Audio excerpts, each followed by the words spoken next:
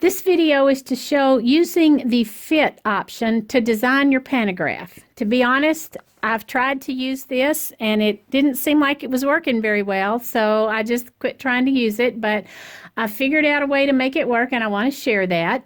So this pattern is Cherokee Rose Edge to Edge 2 from My Creative Stitches. I'll give it 2 rows and we'll give it 4 patterns. And I've already set 15. That's what works for my Q21 and idler rail. And with the height of this quilt, the amount of space to quilt in that I'll have toward the end. I want these patterns to nest with each other, so I'll select that top row of hearts and the second choice down. So now they're selected. I need to move this second row down so that I can nest it. So I select alternate. I want it to move fast, and we'll change that to jumbo.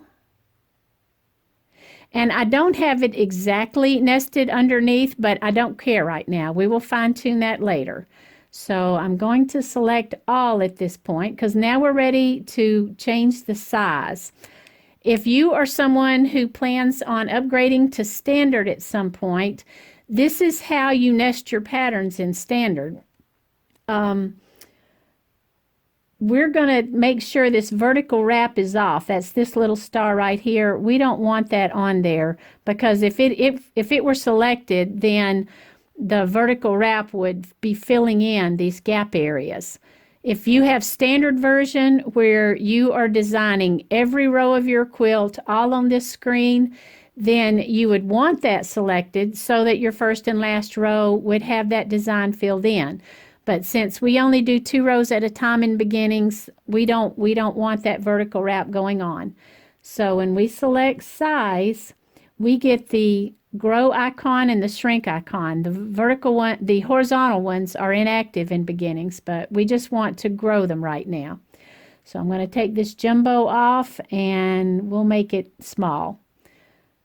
And make sure that all are selected, and they are, and we'll just click on that. Okay, so what you see happening right now is the edges of the design at the top and bottom is going off the edge, and we don't want that. So what I figured out, if you will just toggle this fit selection, now toggle it back up. Now look, it now fits underneath the outer edges. So that's what we want, but we still need it to nest some more. So we're going to grow it some more. And again, we will toggle the fit selection below and then back up. And now it looks pretty good. So we need to fine tune the nesting of this second row. So we're going to say alternate. So now our second row is selected. We're going to go into the magnifying glass. I'm going to touch down the line to bring it up magnified. And I want that rose to be near the petal, the petal of the rose to be near that leaf. I printed the design off of the My Creative Stitches website, and you can see where that rose and that leaf are lined up like they are. So I'm trying to match that. So I still need to move this second row over. I'm going to change it to tiny since I'm fine-tuning and move, and just keep shifting it over.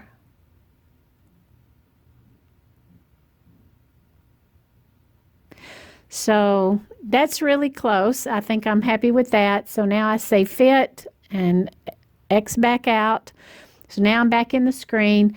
If I wanted to change it a little further, I could select all and I could go back into size and do some more tweaking, each time toggling that fit option. But I think I like it the way it is right now. And to go into quilt, we would want to take out this blank area there. So with all being selected, we would say move. But make sure before you do this that you save it. You absolutely want to save this before you go any further. It makes it so much easier because you're going to need to come back to this screen for your third row. So we will change this to medium and we will stagger it up. We won't worry about fine tuning at the top. We'll just accept this. And so now we would quilt.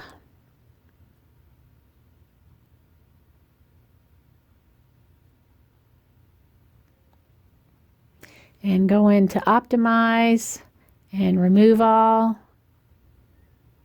and no to connecting and okay. So now we would be ready to quilt that partial first row and second row. So when you get through with that, then you would need to X back into the screen, and if you had saved your pattern, then you would open that pattern again as a pantograph, and then you would be set to go to quilt your third, fourth, and on to the end.